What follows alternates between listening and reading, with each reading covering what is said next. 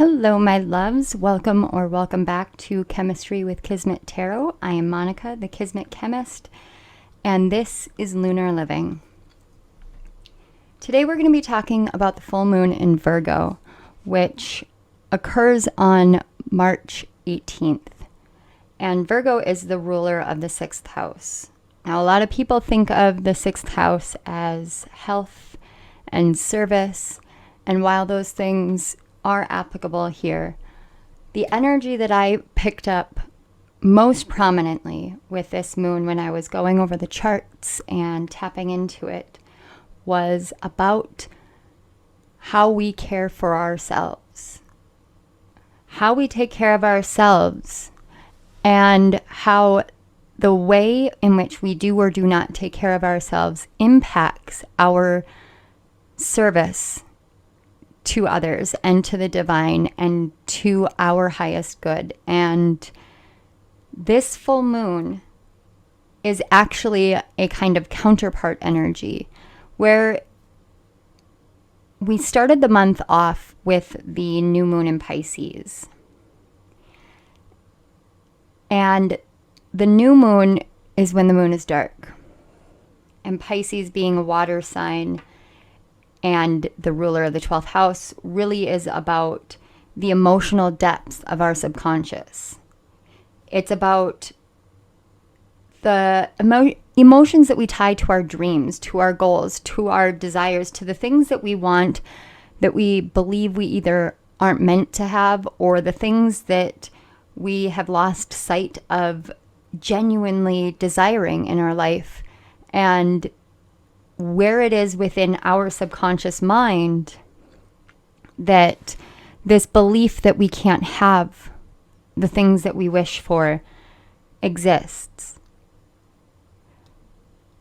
When I was looking at the charts, and I actually had contemplated pulling them up and showing you, but if you would like to look it up, you can go to astroseek.com, you can go to astro.com, you could even just Google it. Most people will have the chart up. But it was, the part that struck me was this shape of the chart. It's shaped in what you call a bucket handle. There are all the major planets on one side of the chart with the moon on the other side of the chart. So anything in Pisces is essentially in opposition to the moon. So it's the counterpart energy that I have talked about. It's the yin to the yang, or in gene key terminology, they're programming partners. Neither one can exist without the other. This is polarity energy. There is a stellium occurring in Pisces during this. And a stellium is a grouping of planets within a sign or within a house or both. So we have a grouping of planets in Pisces during this, and all of those planets are shining directly on the moon, and the earth is there. In traditional astrology, it's right in the middle. If you look at heliocentric astrology, which puts the sun in the middle and gives a placement to earth, the earth is sitting right next to the moon. So on a physical level, all the energies from the planets, from Pluto in Capricorn to Saturn, and I believe it's Mars in Aquarius. I'm sorry. And I could be wrong about Mars. Let me actually double check here for you guys. Okay, guys, I am back. I apologize for that.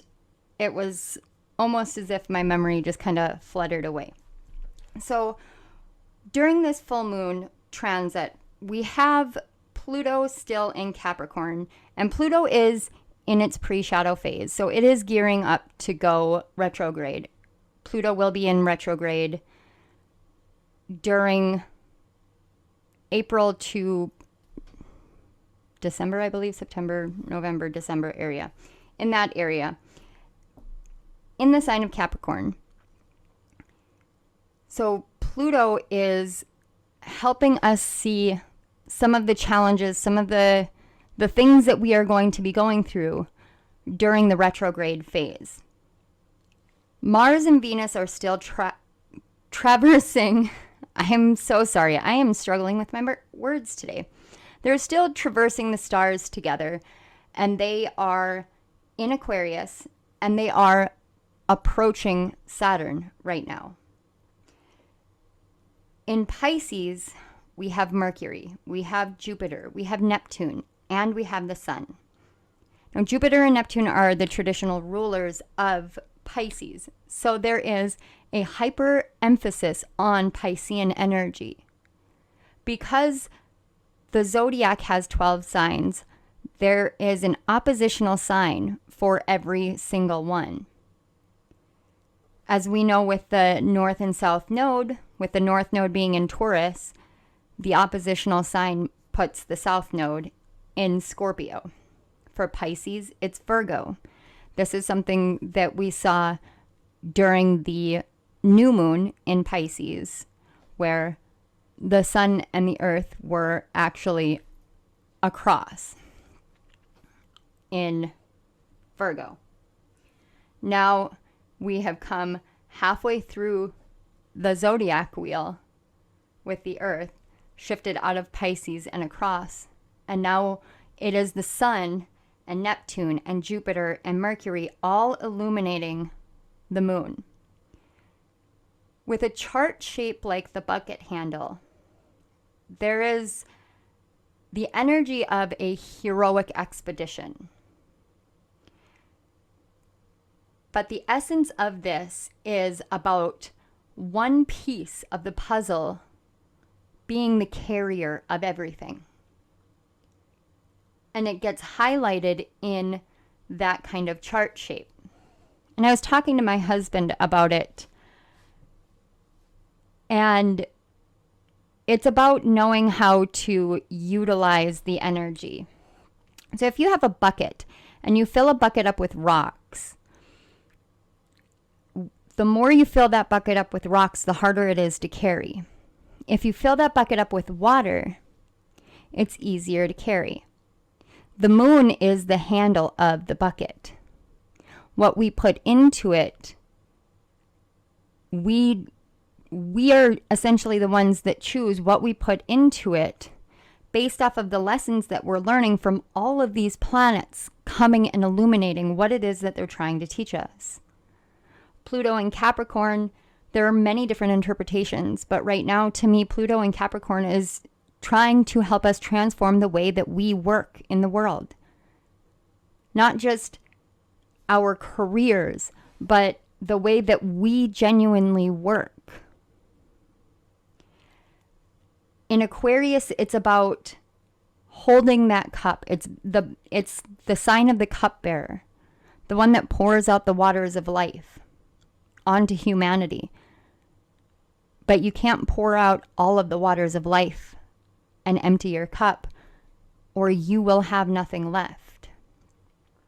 So it's about, with Saturn, with Venus, with Mars, it's really about the ambitions, the desires, the drives, coupled with our core values and principles, what we see as beauty in the world, what we see as beauty within ourselves, how we view the things that we love and the people that we love, and how we view ourselves. And Saturn is about our lessons. Yes, it can be about restrictions. Yes, it can be associated with karma, but to me, Saturn is a great teacher. He wants us to know. He wants us to learn. He wants us to understand both the benefits and the consequences of the actions that we take or the actions that we do not take. And these energies are melding together, and they all flow into our subconscious mind and into the sun and Neptune and Jupiter and Mercury. And it's about the expansive way in which we communicate our hopes and our dreams and our visions and our mysticism, our gifts, and illuminating the illusions to ourselves and to others. It's about communicating the truth. the deepest truths and standing tall in that, because with the sun being the representation of the ego, but the sun is also the life giver. It's about letting yourself embrace who you are, your personality, but embrace the things that you desire, that you want. And when that all hits the moon, which I will always say is the soul of the chart, the gateway to the soul, that is where you chose for you to be able to find and identify your inner self within your natal chart, with it sitting in the sign of Virgo. Virgo can be very analytical, can be very critical, but Virgo can also be very, very focused on making sure to fill one's own cup first. Virgos, in my experience, know this better than anyone else. They know that I have to take care of myself first, or everyone else suffers. And my husband is a Virgo rising and a Virgo sun, and I have had to learn this from him. How to fill my own cup first. How to say, I need this for myself, because I'm an empath and I'm a giver.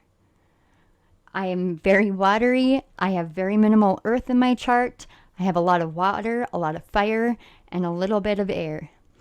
And that means that I am driven by my emotions and by my thoughts, my feelings, and struggle a lot with staying grounded and with knowing that it's okay to take the time to take care of myself. That is what this Virgo full moon is helping highlight. Those pieces that we have shoved down so far into our psyche and into our subconscious minds that we use without realizing we're using them, because they've become part of the shadow, which is not your enemy. It's where you need to heal. It's what needs the most love. But those parts of your subconscious mind that you've shoved down because I can't take care of myself, I can't rest, I can't take a break, I can't do this and I can't do that because everybody needs something from me. There is a level of service to self that we have to learn how to maintain in order to fully be able to connect to the divine, to be able to fully connect to ourselves, but also to be in our truest self when we are in service to others.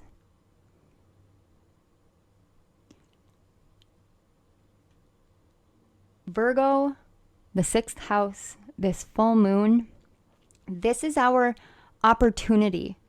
Before the closing of the zodiac year, before we kick off Aries season and a brand new year, and I know it's not January 1st, but if you live on an energetic calendar, which is part of why I do this Lunar Living, is living on an energetic calendar.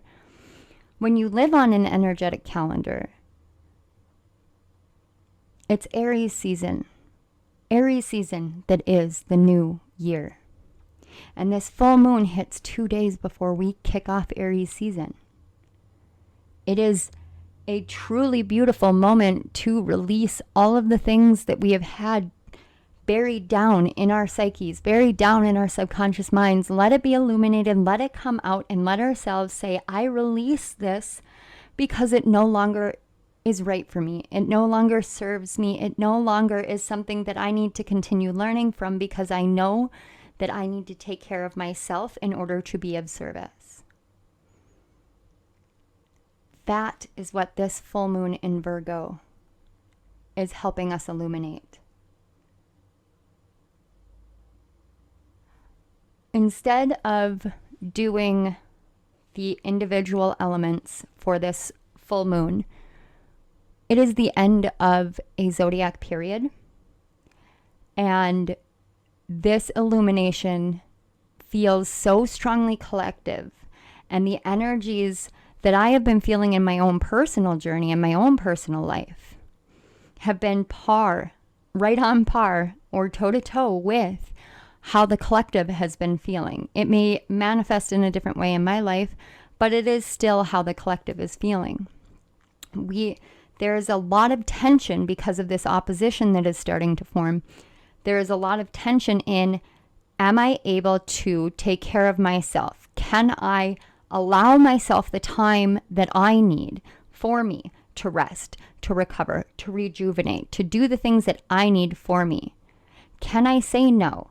Can I say, you need to do this for you because I need to do this for me, and then stick firmly to that without feeling guilt or shame or fear of abandonment or fear of denial, fear of harm or anything like that. And I've been in all of those places, and I have experienced all of those emotions. I'm one where on my journey I have had to repeatedly relearn the lesson of self-care, taking care of me first, and then being of service second. So with that all said, as you guys can tell, this full moon energy, it makes me feel very passionate. Astrology makes me feel very passionate. Being here and doing these readings for you makes me feel very passionate. I want you guys to think about what makes you feel passionate, because when you engage in your passions, you're also engaging in a form of self-care.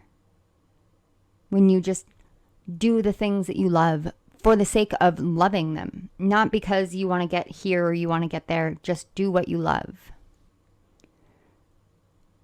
Because this is such a huge collective energy, I'm going to actually do a collective reading instead of breaking down the elements. This is where I'm trying to think of the best way to explain this. Spirit, can I please have some help?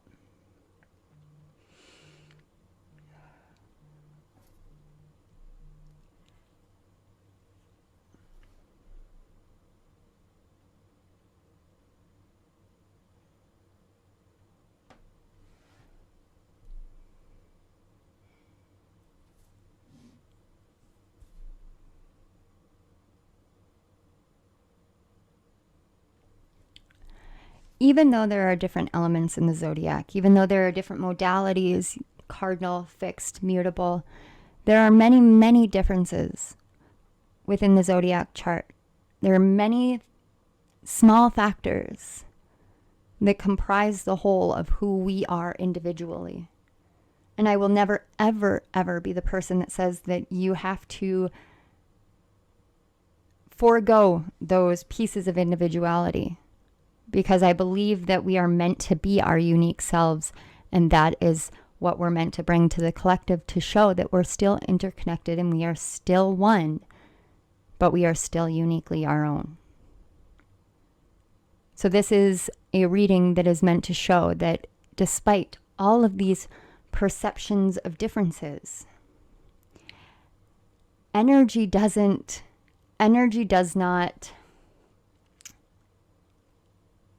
determine who to hit and how to hit them, depending on whether you're a fire sign or an earth sign or an air sign or a water sign. Some of you can be impacted in a different way in different parts of your life, which is why I break it down.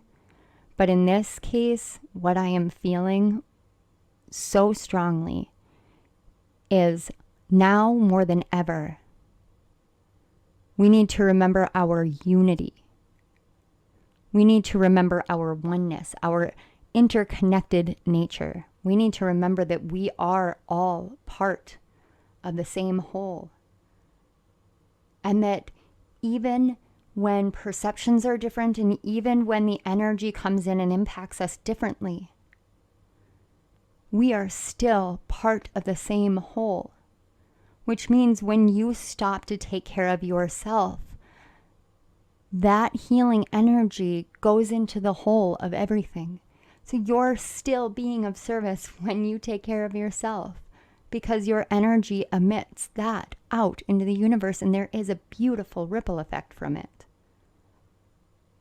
We may all be different and unique and beautiful in our own ways, but we are all divine, and we are all divinely connected. this full moon, to me, it's one in which the energy feels so strongly about unity. So that is what we're going to do. Let's go ahead and get started with the cards. Hello, my loves. So let's get into the collective reading for the Virgo full moon. So I'm going to shuffle these just real quick.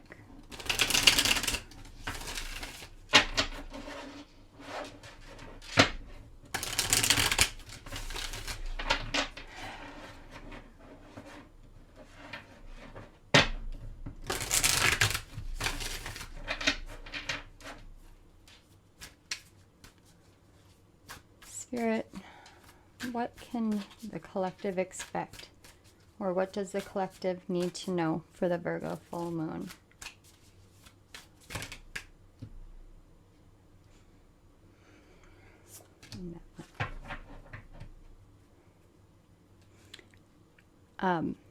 We're going to start with the back of the deck energy.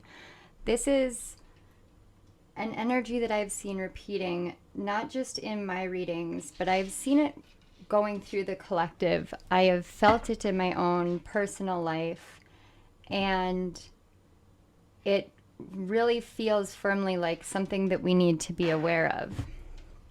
And it's the Seven of Wands. And this is the Intuitive Night Goddess Tarot. But as you can see with the Seven of Wands, it almost looks like Athena. And many people believe that Venus is representative of Athena. So what I'm feeling really strongly is there is this overwhelming feeling as though we have all been battling. Whether it's battling other people or battling ourselves, or even at times battling spirit or our spirit team, battling for a place in this world, battling for our voice to be heard, battling for our dreams and our wishes and our goals. The battle that we are engaging in is one that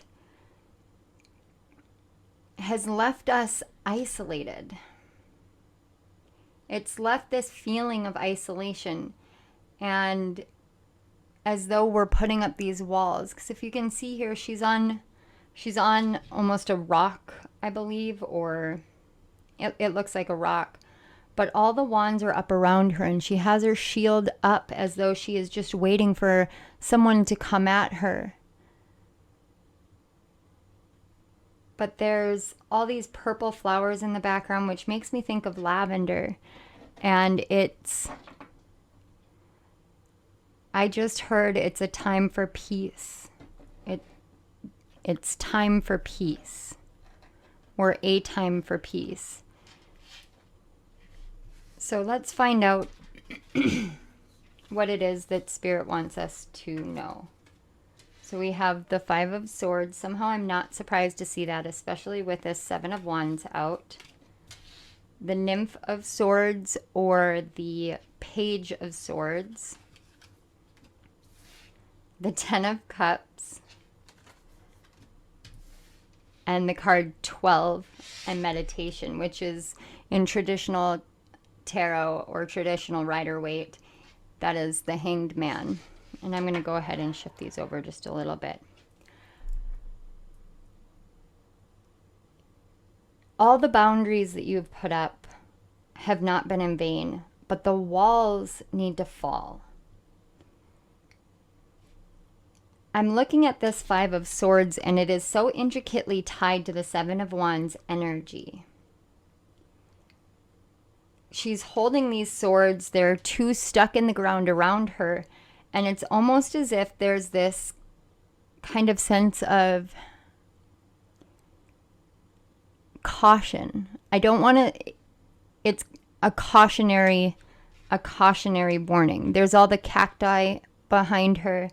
And it's kind of this saying, look at the swords that she has driven down around her right now. And It's almost as if she's preparing to drive more down into the ground around her.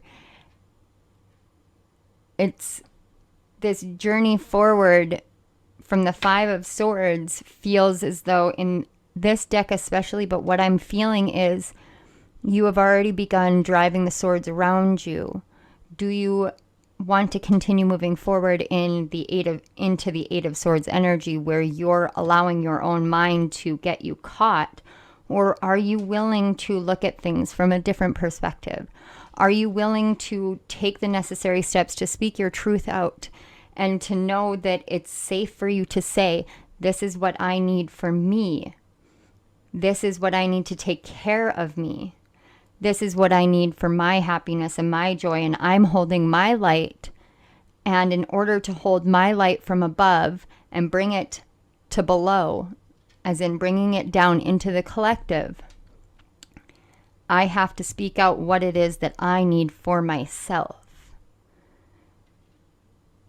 If any of you guys caught my collective reading, the Ten of Cups was very prominent in that. And the Ten of Cups in that message and in this one is 100% about remembering the essence of who you are, in embracing who you are, even when the journey gets difficult, knowing that this Ten of Cups, this happiness, this joy, this fulfillment, these blessings raining down from heaven are what are meant for you. And it's okay to slow down and say, this is what I want. Get more specific. Get out of your head. Stop battling against yourself more so than anything. And realize that it is okay for you to shine your light out and to speak your truth down into the earth or out to the masses or to whoever is in your life that you need to. And this moon is going to help you. You can harness this moon in order to bring more communication, clearer communication forward. And through this harnessing of the energy, this is what Spirit is saying. Remember that the Ten of Cups, everybody looks at the Ten of Cups as though this is what I want, this is what I desire. And I'm not going to paint you a rosy picture. I'm not going to say never either, because I tend to do that and it's just not true. It is not an easy journey. When you're in Five of Swords or Seven of Wands energy, it's not an easy journey to come to the Ten of Cups. It requires work. It requires truth. It requires knowing and standing in who you are and your truth and speaking it out into existence. And when you do that, that's when you start shifting out of these negative energies and back into the center. In your center, you have all of these beautiful inspirational ideas. You have everything contained within you for your own happiness and your own joy and your own fulfillment. And you need to remember when things seem so difficult, when everybody seems to be fighting everybody else, when everybody seems to be fighting for their place in the world or fighting for something or someone or some cause or some notion, that you do not need to engage in battle anymore. It's not necessary for you to continue doing that. It's time for you to understand that you're not naive and you're not too young and you're not too old and you're not outdated or Spirit, what is the word? Ill-equipped, that I'm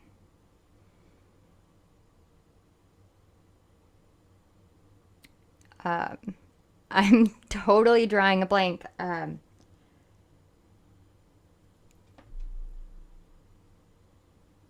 Inexperienced. Thank you. I apologize for that, guys. You're not inexperienced in what you want to do or what you want to accomplish or the life that you want to live.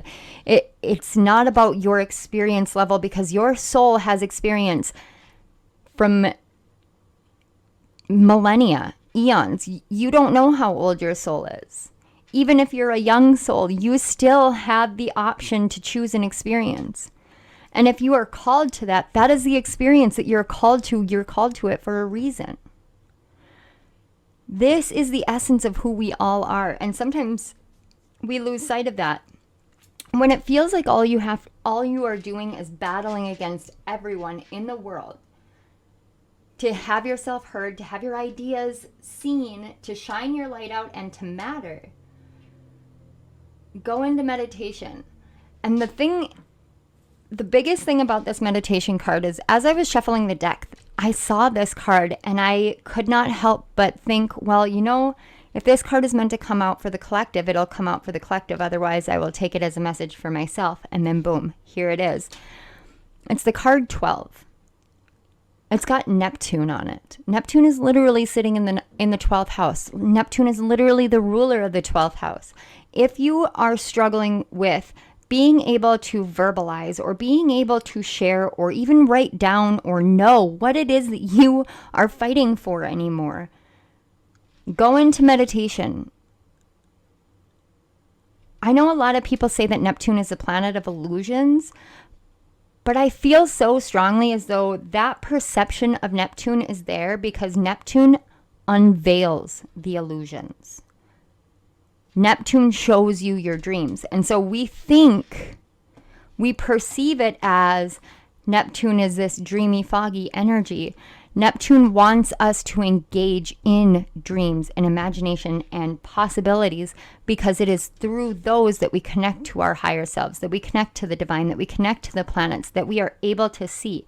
Meditation, and for those of you who struggle with meditation, I understand. I have my own bouts of difficulty with meditating. So there are some things that I do, such as crocheting, doing Sudoku, fill-in puzzles, something that won't actively work my brain too much, but is just kind of repetitive so that I'm clearing my mind out. And in doing that, my heart rate goes down, my blood pressure goes down, and my anxiety goes down, my tension goes down, because I'm focusing on something other than the thoughts going through my head. Meditation is anything that gets you out of your head and back into your body. It gets you into the present moment, focused on one specific thing, and it doesn't have to be in complete and utter silence. It doesn't have to be for hours on end. There are no rules. If you find something that is a truly meditative practice for you and it works and it makes you feel better, and when you walk away from it, you feel relieved, relaxed, and as though you are ready to actually take on the world based off of your own personal strength and your own personal worth, that's meditating. Do not let anybody else ever tell you that what you do for meditation is wrong and that you have to do it a specific way for a specific number of years. It doesn't work like that. Each one of us is unique. That's why our meditation practices can and should be unique.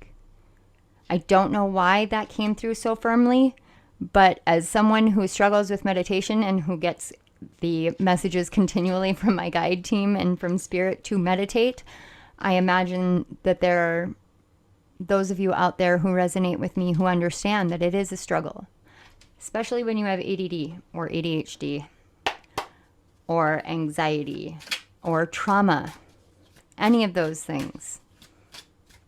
This full moon, to me, I think the reason why all of those things came through is because this full moon is helping you see the places where you've been fighting things that you don't need to fight, where you've been putting up walls and thrusting the sword into the ground around you, actively knowing that you are putting yourself into a trapped energy because you've done it before over and over and over again because you won't slow down and won't rest.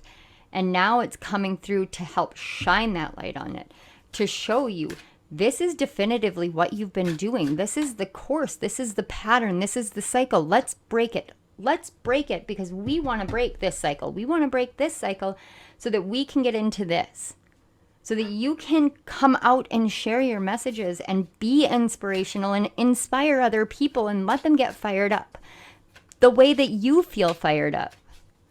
Because it's right. It is right. Let no one tell you it is wrong for you when your heart tells you it is right for you. Your heart knows the way. No one else does. Spirit does, but Spirit is not going to tell us the direct way. The point of us being here is to learn to get closer to spirit, to learn to grow, to break beyond these boundaries and understand more. And that's my own personal perception of it. You may have something different. But spirit is never going to give us, like, I'm always the person that I want something concrete. Like, spirit, you need to, like, materialize in front of me miraculously in a physical form and be like, you need to do this, this, this, and this before I'm going to believe anybody else's messages and before I'm going to believe 90% of my own. I'm a natural doubter. It is a double-edged sword for me. But spirit is not going to be the one to say, yes, you have to do this, or no, you cannot do this, or yes, you are able to do this. Spirit is not going to give you permission. Spirit won't give me permission. Spirit wants you to know what it is that you are fighting for, to determine whether it is something that is going to fill you up, that is going to give you the time that you need to rest, to pause, to reflect, to connect, and to get in touch with your dreams, and to live a life of your dreams that you may right now feel as though is impossible, but it isn't. This moon is going to help illuminate all of that if you're open to it. I can sit here and tell you this is what it's going to do, and then you can walk away and go, yeah, that's not going to happen. And it won't. But it won't because you've put it out into the universe that you aren't ready. That you are not ready to break out of the cycle, and that you are ready to go back in because you've got to learn more. It is everything. All of our growth is always contingent upon our choices in what we do, what we bring forth, and how we work with the universe. For me, I had an argument with my guides and with spirit yesterday, because I have had continual tech issues with this channel, but I love it. I love sitting here and doing this. So I said, no, I'm like, this is usually the point where I will say, okay, obviously this is a sign from the universe that I'm not meant to do this. And what I'm doing is I'm taking myself out of my power and giving it to spirit. And spirit doesn't want that because otherwise I wouldn't have personal power to begin with.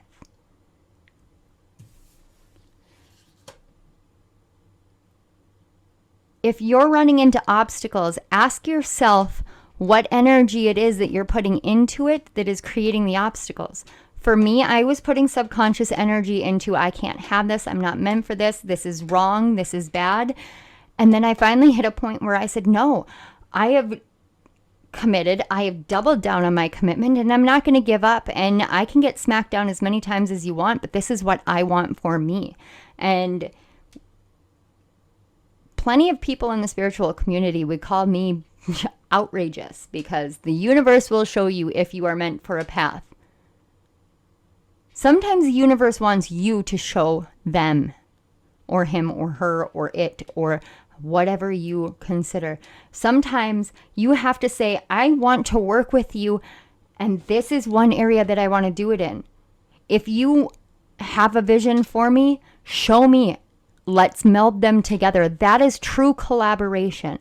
That is true co-creation.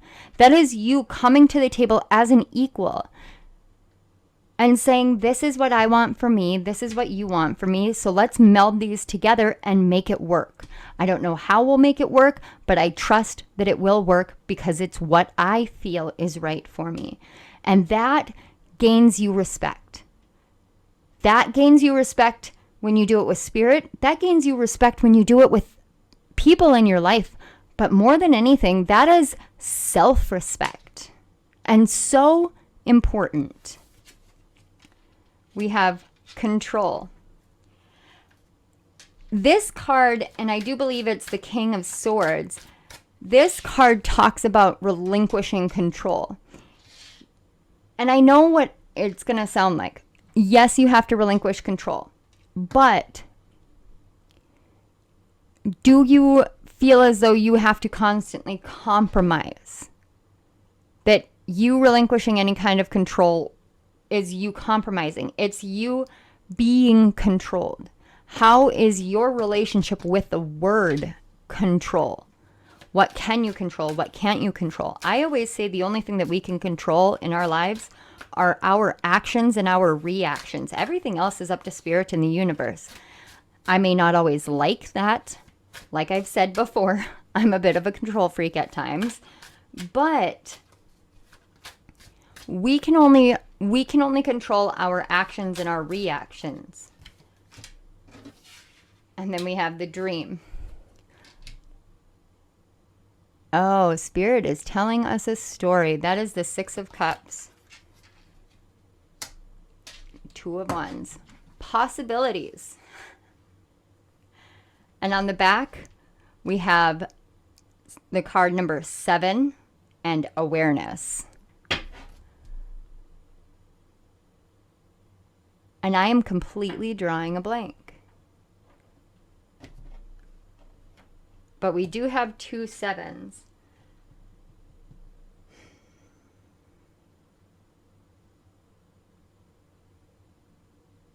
Oh my goodness. You know what's really bad? I am a Cancer. I'm a Cancer sun. That's the Chariot card. That's literally one of my birth cards, and I just completely blanked out on it. But this awareness matches so perfectly with the dream, because you can see it's this awareness of what comes from within. It's the awareness of your inner child. It's the awareness of your dreams. And right now, what I'm seeing literally with this is it's almost as if once you relinquish control over how the dream will come to be, knowing that it's going to come to be, and you just start engaging in dreaming. You engage in doing the things that you love. You engage in embracing every imaginable possibility of your dreams being true. But you do not allow anyone else to control what you do and do not think, what you do and do not believe, what you dream. No one else gets to tell you what your dreams are. You determine what your dreams are. When you do that, when you take control over your dreams, and then you relinquish how that is going to actually come into being. So it's, like I said, sometimes we get double-edged swords. This control card feels like the double-edged sword, and it should. It's the King of Swords.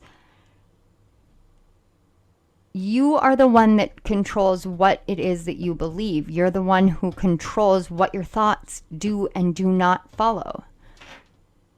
If you want to make your dream into reality, you have to control those negative tendencies to say it's not possible, I can't do it, and defeating yourself. And then you have to realize that if you want to co-create and collaborate with the universe, I can't control how it's going to be, but I can control it. I can control any outside influences from impacting me, and I can control the thoughts that I have about it and stay positive. And this isn't, I think this is a lot of people are making caveats these days. This is not toxic positivity. This is co-creation. Life is going to be difficult from time to time. It just is. It's going to feel like the whole world is shitting on you. And that sucks. But it doesn't mean that you relinquish control over your life and you view surrender as, I don't have control over anything, so I can't do anything, so I'm just going to do whatever someone else tells me I should be doing. That's not why you're here. And I hesitated to say that because I don't like telling people exactly why they're here. But that's not why you're here. You're not here to give up. You're not here to give in. I truly don't believe that anyone is here to give up. And I know that some people would argue that, and I've dealt with horrible losses of people giving up, and I have felt how wrong it is. But I understand too much to say that if you're here and listening to this, you're not here to give up. You're not meant to give up. You're not meant to isolate yourself, to stick yourself in one location. You're meant to expand, to dream, to embrace any and every possibility, because everything is possible. You are here because you're a dreamer. That's why you resonate with my readings, because I'm a dreamer too. Because I want to do it all and see it all and experience it all. It's just who I am. Anything is absolutely possible, and it's not just about belief. It's about embodying it. It's about embodying. This is what I want, so this is what's going to happen. Balance spirituality with practicality. Full moon in Pisces. You know, I told you there was counterpart energy with Pisces, and especially with everybody sitting in Pisces. All of them. Okay, it says, be bold and make the first move. Cardinal moon. Nothing is yet set in stone. Mutable moon. The last cardinal full moon we had was actually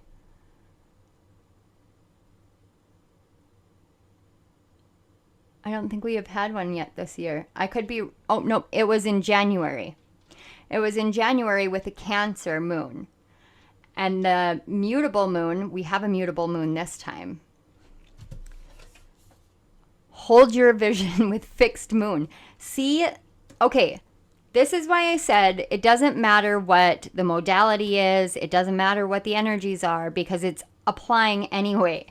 So essentially, Spirit wants to make sure that you know, before I continue, work through your fears, new moon in Scorpio.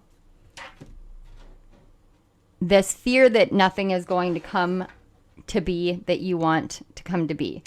So this balanced spirituality and practicality to me is always, that one card is my go meditate card. That is my go meditate card. But this is the energy. This is about learning how to take care of yourself. So what I'm seeing here is, if you have a cardinal moon, you're being told to be bold and make the first move. If you have a mutable moon, it's letting you know nothing is yet set in stone, which means that you can change and adapt and tweak whatever it is that you set into an intention during the last new moon, the last full moon, even as far back as the cardinal moon in January. This year, this spring, and especially for Central, for Mountain, and for Pacific time zones in the US in particular, I haven't checked the other places in the world, but this particular spring season is a triple black moon season, which means a new beginning is not a full new beginning, and we get this opportunity to tweak, to change, to meld, to mold throughout until the end of it, and it ends, I do believe, April 29th with the eclipse, which is powerful in and of itself. If you have a fixed moon, it's saying hold your vision. The last fixed full moon was the full moon in Leo, and that was February 16th. So these are things that you can apply to your moons in your natal chart, but these are still collective messages. Be bold and make the first move. So whatever it is that you're afraid of doing, or whatever fear is holding you back, whatever has caused you to shove those swords into the ground and start building your Eight of Swords cage that has you defending yourself constantly and not allowing yourself to be in touch with your inner awareness, whatever it is, balance it out. Go meditate, go rest, go relax, take care of yourself, fill your cups up. Remember the essence of who you are. And then take that first step. Take that first step and know that you are taking it. Know that you are worthy of taking it. Know that you are meant to take it. Remember that nothing is set in stone. So whatever first step you take, you're signaling to the universe, hey, I'm ready to do this. But you're saying, everything is still on the drawing table. We're going to meld and we're going to adapt and we're going to change this as we need to. And this fixed moon, hold your vision. This one feels the most important, and maybe it's my bias because I have a fixed moon, but all of these meld together perfectly. And that's the beauty of Pisces. They're two separate fish, but the story of Pisces varies. One of the biggest ones is that it was two lovers and they were on the shores, and I can't remember which two it was because it was Greek mythology. And they were afraid because they were being hunted by somebody else or something along those lines. Essentially, they were in fear and they were turned into fish and put into the river so that they could escape, so their love would endure. And Athena, whose energy I felt in the Seven of Wands, took them and immortalized them as two halves of a whole out in the universe, up in the sky, for us to remember that we are whole, that there is a yin and a yang, a masculine and a feminine, that we are two halves of a whole. And Pisces season, all three of these feel like they are just pieces of the puzzle to make us whole, to help us realize you have a vision, hold on to it, but realize that that vision that you have, it has to adapt as you bring it forth. So make the first move. Be bold, be brave, go do it. During this moon, go do it. Do whatever you need to. And know that you're not trapped where you're at. You're never trapped where you're at, because the universe wants you to see that every dream that you have is possible. Everything that you wish is possible. Work through your fears. Understand that you can do this. And make sure, more than anything, that you take care of yourself and you love yourself as deeply and as profoundly as Spirit loves you.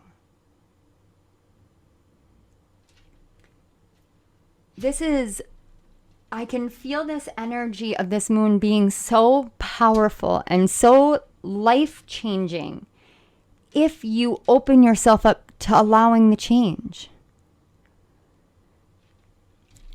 The ball's in your court is what I just heard. And I am telling you guys, that was a message for me, but also for you, for the collective. So I want to say thank you so much for being here with me today. Thank you so much to Spirit.